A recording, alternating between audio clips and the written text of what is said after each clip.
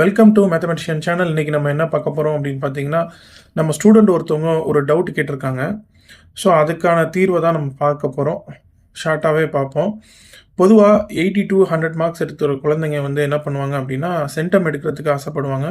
பர்டிகுலராக மேக்ஸ் சயின்ஸில் சென்டம் போடணும் அப்படின்ட்டு வந்து எய்ம் பண்ணி படிப்பாங்க. ஸோ அது அவங்களுக்கு நல்ல ஊக்கத்தையும் ஒரு இன்ட்ரெஸ்ட்டையும் ஏற்படுத்தும். ஓகேங்களா? ஸோ இப்போ இதுக்கு நம்ம என்ன சொல்யூஷன் சொல்ல போகிறோம் அப்படின்றத பார்க்கலாம். என்ன அப்படின்னு பார்த்தீங்கன்னா, நீங்கள் இப்போ 10th படிக்கிற குழந்தைங்க அப்படின்னா, சப்ஜெக்ட்ஸை 3ஆ பிரிச்சுக்கோங்க. Language, maths science, social science. So இப்படி 3ஆ பிரிச்சுக்கோங்க. லாங்குவேஜ் அப்படின்னு பார்த்தீங்கன்னா, குழந்தைங்க பண்ணுற பெரிய தப்பு என்னன்னு பார்த்தீங்கன்னா, அந்த கிராமட்டிக்கல் மிஸ்டேக்ஸ் தான். ஸோ வந்து நல்லா படிப்பாங்க, நல்லா மெமரைஸ் பண்ணுவாங்க, எல்லாமே கவர் பண்ணிட்டு போவாங்க. அங்கே போய் என்ன பண்ணுவாங்க, ஒன்று ஸ்பெல்லிங் மிஸ்டேக்ஸ் பண்ணுவாங்க, இல்லாட்டி பங்க்சுவேஷன் மிஸ்டேக்ஸ் பண்ணுவாங்க, அப்படி இல்லாட்டி காமனாக பண்ணுற அந்த கிராமர் மிஸ்டேக்ஸ் பண்ணுவாங்க. ஸோ இது எல்லாமே பண்ணிட்டு என்ன ஆயிரும் அப்படின்னா, அவங்களுக்கு அதில் தான் மார்க் வந்து என்ன ஆகும் அப்படின்னா லெஸ் ஆகும். ஸோ இது ஒரு பிரச்சனை. ஸோ இதுக்கு நம்ம என்ன சொல்கிறோம் அப்படின்னா, ஃபஸ்ட்டு வந்துட்டு லாங்குவேஜ்னாலே நமக்கு என்ன டீச் பண்ணுவாங்க அப்படின்னு பார்த்தீங்கன்னா, நீங்கள் 6th எடுத்துக்கலாம், இல்லாட்டி சின்ன கிளாஸ்லேருந்தே எடுத்துக்கலாம். என்ன கொடுப்பாங்க அப்படின்னா, கவிதை, பாடல், இந்த செய்யுள் பகுதி அப்படின்ற ஒரு கான்செப்ட் தான் கொடுத்துருப்பாங்க. அதில் இலக்கியங்கள் கொடுத்துருப்பாங்க. இப்போ நான் தமிழ் சப்ஜெக்ட் தான் சொல்கிறேன். ஸோ அப்போ இந்த விஷயங்களில் என்ன இருக்கும் அப்படின்னு பார்த்தீங்கன்னா, மொழியுடைய அந்த இலக்கிய நயம் இருக்கும். ஓகேங்களா? ஸோ அதிலிருந்து நம்ம வந்து இலக்கணம் வந்து கற்றுக்கிறணும். ஸோ அப்போ இந்த இலக்கியங்களை நம்ம தெளிவாக படிக்கணும். தெளிவாக படிக்கணும் மீன்ஸ் என்னென்னா, அட்டை டு அட்டை மனப்பாடம் பண்ணணும் அப்படின்றது கிடையாது. ஸோ மனப்பாட பாடல் அது பண்ணிக்கிறேங்க. ஆனால் வந்து இந்த இலக்கியங்களை ரொம்ப விரும்பி பொருள் உணர்ந்து படிச்சிங்க அப்படின்றது தான் அது விஷயமே. இப்போ அதுக்கப்புறம் பார்த்தீங்க அப்படின்னா, உச்சரிப்பு திறன் அப்படின்னு ஒரு விஷயம் இருக்குது. இலக்கியங்கள் எந்த அளவுக்கு நீங்கள் அழகாக உச்சரிக்கிறீங்களோ அந்த அளவுக்கு உங்களுக்கு உச்சரிப்பு திறன் வரும். அந்த உச்சரிப்பு திறன் தான் நம்ம சொல்லுவோம்ல, வொக்காபுலரின்னு சொல்லுவாங்கள்ல, சொற்களஞ்சியம் புரிஞ்சுக்கிறது வந்து இந்த உச்சரிப்பின் மூலியமாக ஈஸியாக என்ன ஆகும் அப்படின்னா, அழுத்தம் திருத்தமாக பேச்சு வரும். இது வந்து இங்கிலீஷுக்கும் பொருந்தும். ஓகேங்களா? நான் இப்போ தமிழுக்கு சொல்கிறது தான் இங்கிலீஷுக்கும் பொருந்தும். எல்லா மொழியும் ஒரே கான்செப்ட் தான். நீங்கள் இலக்கியங்களை தெளிவாக படிங்க, இலக்கியங்களை நல்லா புரிஞ்சு படிங்க, இலக்கியங்கள் மீது ஒரு இன்ட்ரெஸ்ட் எடுத்துக்கோங்க. ஸோ அது எந்த கட்டத்தில் சொன்னாங்க, அது என்ன, அதோட கருத்துக்கள் என்ன அப்படின்றதெல்லாம் நீங்கள் ஆராய்ஞ்சு படிச்சிங்க அப்படின்னா, அது அடுத்தது அந்த பாடல் வரிகளை வந்து ஒரு 4-5 தடவை சொல்லி பார்க்கறதன் மூலியமாக என்னாகும், அந்த உச்சரிப்பு திறன், உங்களுடைய அந்த பேச்சு திறனும் என்னாகும் அப்படின்னா ஒரு நல்ல ஒரு திறன்பட வரும்.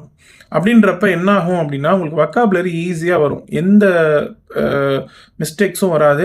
இப்போ நீங்கள் ஒரு கட்டுரை எழுதுறீங்க, ஒரு கொஸ்டின் ஆன்சர் எழுதுறீங்க அப்படின்றப்ப நீங்கள் ஓனாக எழுதும் போது உங்களுக்கு பிழை இல்லாமல் வரும். அதுக்கப்புறம் பார்த்தீங்க அப்படின்னா, அந்த சந்தி பிழை, நிறுத்தல் குறியீடுகள், இந்த மாதிரியான விஷயங்களும் என்ன ஆகும் அப்படின்னா குறையும். ஸோ இது மார்க்கு கொஞ்சம் மதிப்பெண்கள் குறைவதை வலு சேர்க்கும். நான் இது வந்து நல்லா அந்த 80 to 100 படிக்கிற குழந்தைங்களுக்கு நான் சொல்கிறேன். ஓகேங்களா? மற்றவங்களும் இது நீங்கள் வந்து இது பண்ணிக்கோங்க. பட் அவங்க 100 எடுக்கணும் அப்படின்ற ஒரு கான்செப்ட்னால இந்த மாதிரி சின்ன சின்ன மிஸ்டேக்ஸு அவங்க அதில் வந்து என்ன பண்ணுவாங்க, மார்க்கை வந்து லெஸ் பண்ணுவாங்க. இங்கிலீஷுக்கும் அதே தான். இங்கிலீஷுக்கு பார்த்தீங்க அப்படின்னா, இலக்கியங்கள் கம்மியாக தான் இருக்கும்.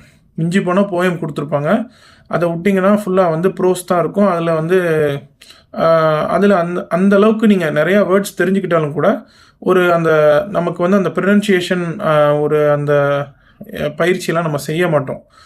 சரிங்களா? நம்ம வந்து உச்சரிப்பு திறன்லாம் செய்ய மாட்டோம். நம்ம டைரெக்டாக கொஸ்டின் ஆன்சரு, சினானிம்ஸ் ஆன்டிம்ஸு அந்த மாதிரி போயிடுவோம். அதிகபட்சம் நம்ம படிக்கிற கிராமர்ஸ்னால் வந்துட்டு அந்த சின்ன சின்ன கிராமர்ஸ் தான் படிப்போம்.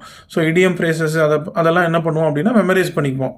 ஸோ அது ஒரு பயத்தின் காரணமாக தான். ஒரு மொழியாக நம்ம கற்றுக்கணும் அப்படின்னா அது ரொம்ப சுலபம் தான். ஸோ இதுக்கு என்னுடைய தீர்வு என்ன அப்படின்னா, யூடியூப்பில் உங்களுக்கு பிபிசி இங்கிலீஷ் லேர்னிங் இருக்குது. ஓகேங்களா? அதை நீங்கள் தெளிவாக நீங்கள் டெய்லி பாருங்கள். அதில் வர்ற அந்த ஷார்ட் கிளிப்ஸ் இருக்கும், 6 minutes கிளிப்பு, ஒரு 7 minutes கிளிப் இருக்கும். இந்த கிளிப்பை மட்டும் பாருங்கள். ஓகேங்களா? அது பாட்காஸ்ட்லேயே பார்க்கலாம். நீங்கள் யூடியூப் மியூசிக்லேயே வச்சு பார்த்தீங்கன்னா கூட அது வந்து என்ன ஆகும் அப்படின்னா, டெய்லி நியூ வேர்ட்ஸு எப்படி பேசணும், சின்ன சின்ன வார்த்தைகளே பேசியிருப்பாங்க, ரொம்ப அடிப்படையான வார்த்தைகள் பேசியிருப்பாங்க. நான் ஏன் வந்து அந்த பிரிட்டிஷ் இங்கிலீஷை வந்து உங்களுக்கு சஜஸ்ட் பண்ணுறேன் அப்படின்னா, அவங்க மூலியமாக தான் நமக்கு இங்கிலீஷ் வந்தது. ஓகேங்களா?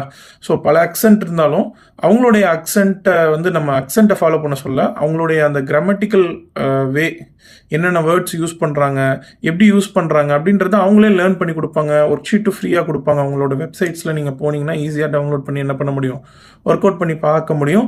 திருப்பி நீங்கள் அவங்க சொல்கிறது முதல்ல எடுத்தோடனே அவங்களுடைய வே ஆஃப் டாக்கிங் புரியாது. ஏன்னா அவங்க பிரிட்டிஷ் செக்ஷனில் பேசுவாங்க. ஓகேங்களா? ஸோ அது வந்து என்னாகும் அப்படின்னா, அதுவும் வந்து இன்னும் ஸ்கூல் குழந்தைங்க அப்படின்றதுனால நமக்கு ஒரு தயக்கம் இருக்கும். நல்லா இங்கிலீஷில் வெல்வெஸ்டாக இருக்கிறவங்களுக்கு பிரச்சனை கிடையாது. ஸோ இங்கிலீஷு கொஞ்சம் கஷ்டமாக இருக்குது, டிஃபிகல்ட் டு லேர்னிங் அப்படின்னு சொல்கிறவங்க, ஸோ அப்போ தான் லேர்னிங்கில் இருப்பீங்க, கொஞ்சம் படிச்சுட்டு இருப்பீங்க அப்படின்றப்ப அது கொஞ்சம் கஷ்டமாக இருக்கும். ஸோ நீங்கள் ஒரு 3-4 வீடியோ பார்க்குறப்ப என்ன ஆயிரும் அப்படின்னா அது உங்களுக்கு பழகிரும். ஸோ பழக என்ன ஆயிரும் அப்படின்னா இங்கிலீஷில் உங்களுக்கு ஓரளவுக்கு வெக்காபுலரி வந்துடும். ஸோ கிராமட்டிக்கல் எரர் அப்படின்றது குறைய ஆரம்பிக்கும். அதுக்கப்புறம் நீங்கள் உங்களோட ஓன் வே ஆஃப் ரைட்டிங் ஏதாவது தெரியல, இப்படி எழுதுகிற மாதிரி இருக்குது, ஓன் எஸ்ஏ ரைட்டிங் இந்த மாதிரி இருக்குது, லெட்டர் ரைட்டிங் இருக்குது அப்படின்ற பட்சத்தில் கிராமட்டிக்கல் எரர்ஸ் அப்படின்றத நம்ம லெஸ் பண்ண முடியும். So it will conserves marks. So மார்க்கை வந்து லூஸ் பண்ண விடாது. ஸோ அந்த சென்டம் வாங்கணும்னு நினைக்கிறவங்க இந்த விஷயத்தில் கான்சன்ட்ரேஷன் அதிகமாக பண்ணுங்கள். மற்ற மேக்ஸு, சயின்ஸு, அதுக்கப்புறம் சோஷியல் சயின்ஸு நான் அடுத்த வீடியோவில் சொல்கிறேன். ஓகேங்களா? ஓகே, நெக்ஸ்ட் வீடியோவில் பார்ப்போம். ஓகே, பாய்.